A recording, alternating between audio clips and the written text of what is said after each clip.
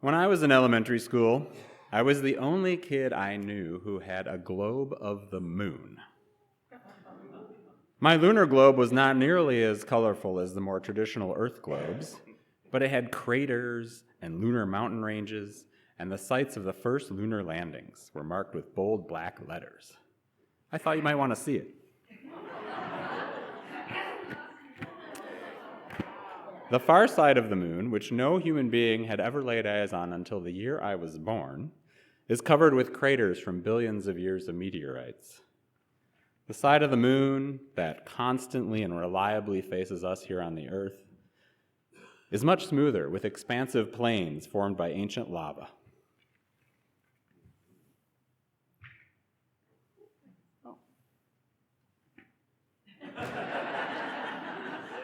Very important that it be upside right.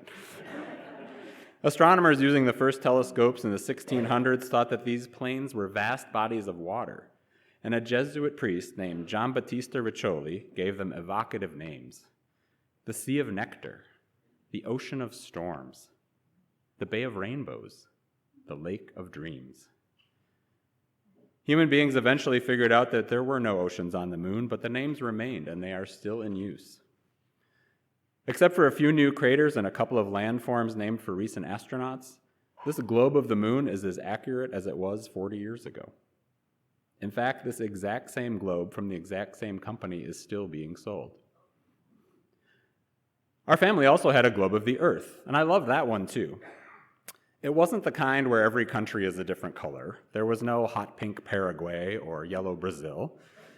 Rather, the land was presented in natural hues: the sand of the Sahara, the bright white of Antarctica, the verdancy of the Amazon and the American Midwest. Its oceans were blue, the currents marked with arrows so you could see the cold water flowing off California and the warm Gulf Stream rocketing off toward Europe. The mountain ranges were raised so you could run your finger along the backbone of the Andes or to the top of Mount Everest. The world's countries and major cities were labeled so the globe was useful when the nightly news talked about Beirut or Berlin. The lines and borders were shown together with the natural world, which had been around a whole lot longer than humanity. That Earth globe did not age nearly as well as my globe of the moon. On the Earth, the words Union of Soviet Socialist Republics were spread out across Eurasia. That label went out of date when the Soviet Union broke up into 15 different countries. The old Earth globe had 2 Germanys and 2 Vietnams, as well as obsolete names like Czechoslovakia and Yugoslavia. Namibia was governed by South Africa, and Hong Kong was still British. Even some of the landforms have changed, with more water in some places, like Louisiana, and less water in others, like the nearly disappeared Aral Sea in Asia. We live in a world very different from the one of 40 years ago. The whirling sphere that we occupy is constantly changed by the humans inhabiting it. What's not different is that it's mostly a small group of people with power who decide the lines on the maps. Jigsawing the world, as the poet Richard Blanco says, to say you're here, not there, you're this, not that.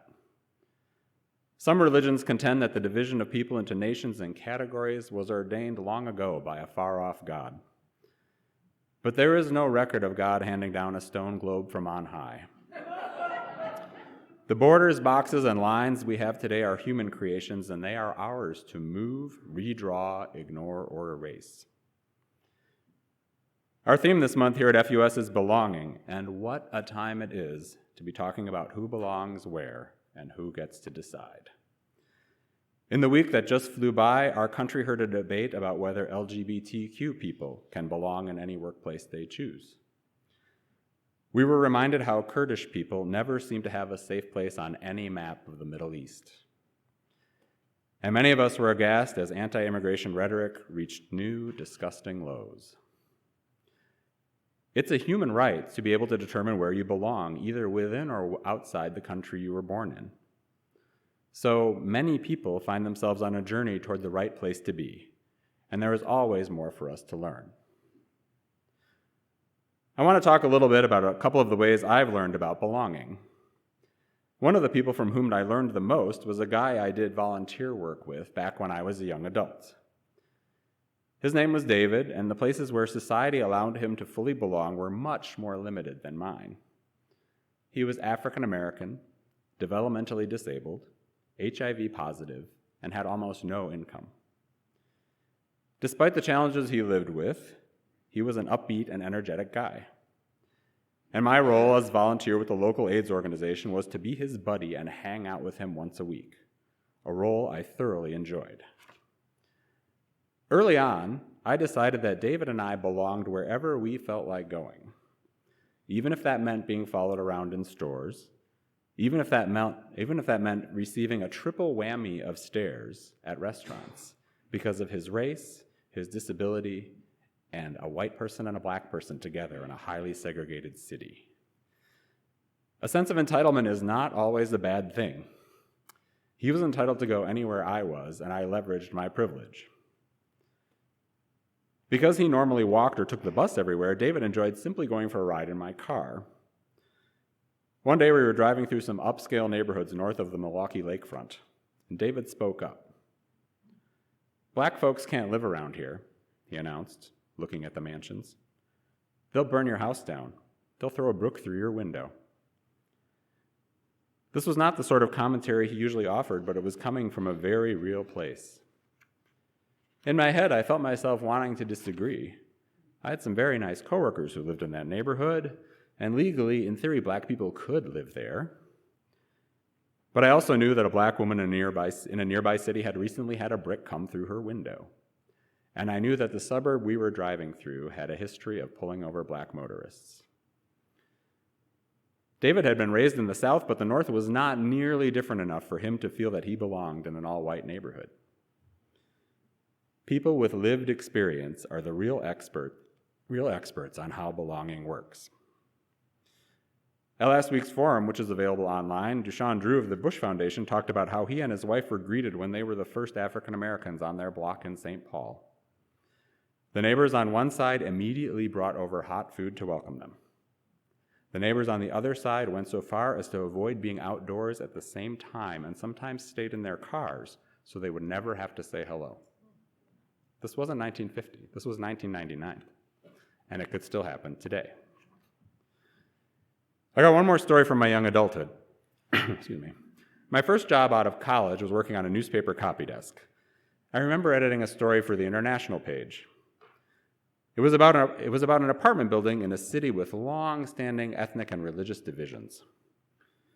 The wire service reporter who visited these apartments found a mosaic of people of different backgrounds living side by side in relative harmony.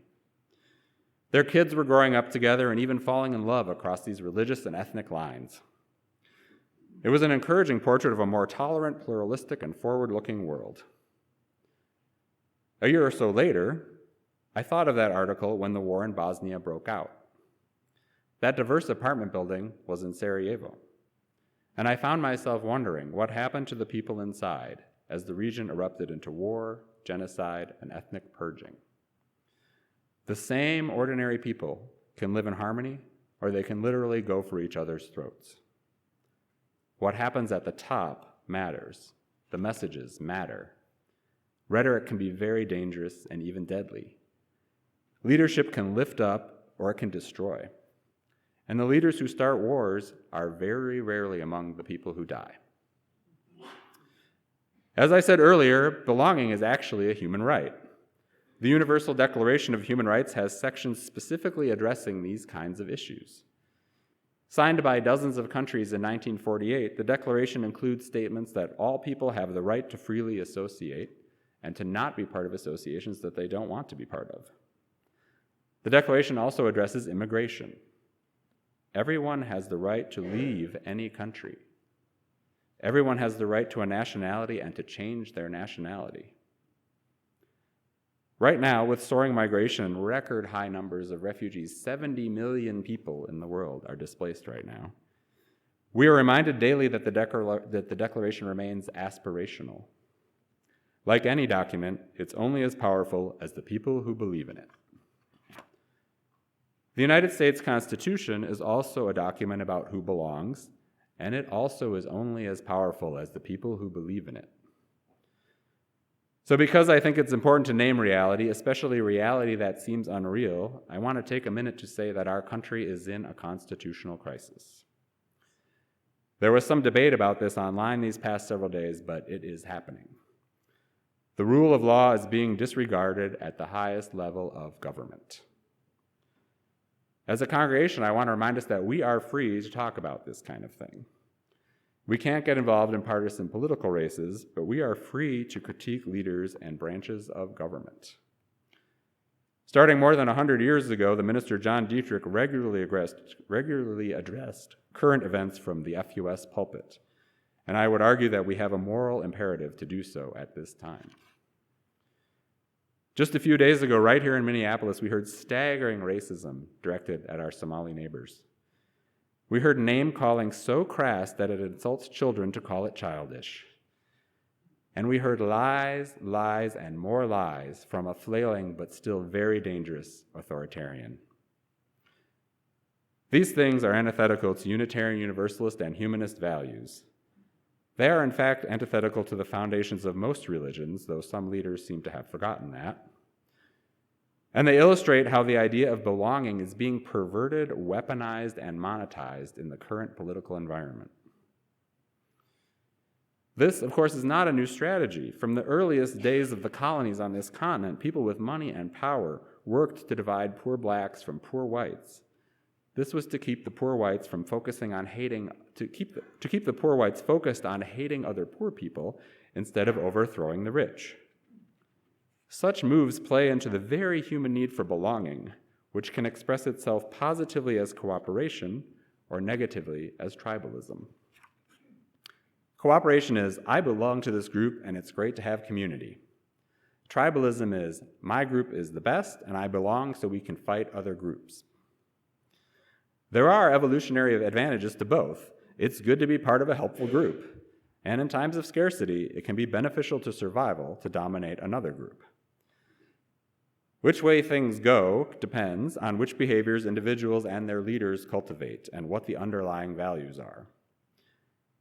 At one extreme of belonging, a person might live in a harmonious apartment building and intermarry with those who are different.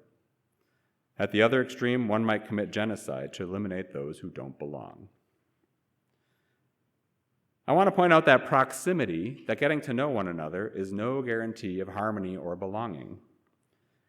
I think we have all heard stories, and in fact, I have lived the story of the homophobic person who came around once they got to know a gay friend or relative. That is a true thing, and true and real thing that happens, and I am very grateful personally for it.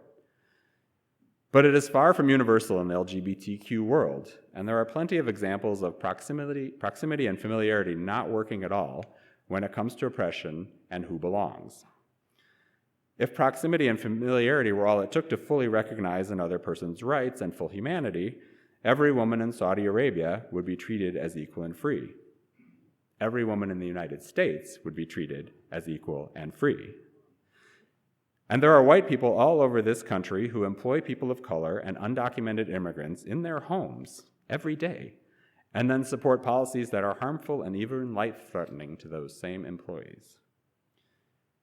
I think there's something of a simplistic and romantic notion still alive in the world that if we all just got to know each other, hearts and minds will change. There is value to that, and some hearts and minds would change, but we should know by now that we can't count on that alone to move the world forward into a beloved community where everyone belongs. What we're seeing now in our national leadership is an appeal to the tribal side of our evolutionary nature, mainly the tribal side of white people.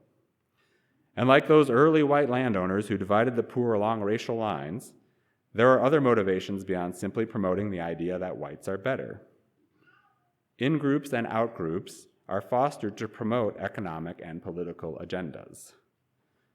The manufactured crisis at our southern border, keeping out and locking up those who don't belong, created big headlines that took the spotlight away from tax giveaways to wealthy Americans, and the dismantling of government agencies that protect our environment and our health. The unhinged raging the other day against Somalis served two purposes: to distract from the impeachment proceedings and to trigger tribalism in whites, also known as racism and white supremacy. Creating a common enemy so that your supporters have a fear-based sense of belonging is one of the oldest tricks in the authoritarian playbook. And it can work, because 30 to 40% of the population of just about any country has tendencies to embrace authoritarianism. That's a pretty big chunk of people, and it's enough, historians say, to flip a democracy. I know I've talked about authoritarianism a fair amount in the past few years, but we are at the point where we can't overdo it right now. We should be talking about it more. It is pretty scary to live in a time when we face the possibility of one branch of government sending armed law enforcement to another branch of government to get it to comply with the law. The political chaos we have seen in other countries around that globe is perilously close to happening here. The good news is that there's still 60 to 70% of the population who prefer imperfect democracy to autocratic rule. So over the next year or so, that will be a good time, if you aren't already, for you to get involved and to speak up with voter registration and voter rights, with supporting anti-authoritarian institutions, with supporting those on the margins who are most harmed by what's going on, and by taking part in organizations that create joy and build community across lines that normally separate us. I want to leave you with an image that you may have seen in the local news, or maybe you were there firsthand. It's an image of thousands of different kinds of people, different religions, different races and ethnicities, different body types and genders and sexual orientations, all coming together peacefully in a light autumn rain. They're chanting some clever chants. They're carrying signs with messages of equality and liberation, messages of hope. Some of those signs contain justifiable anger or biting humor, but they all reflect different aspects of the human spirit. These thousands of people of belonging are armed only with signs, costumes, musical instruments, and a few very famous balloons. The only people who don't belong at this gathering are people who don't believe that all belong.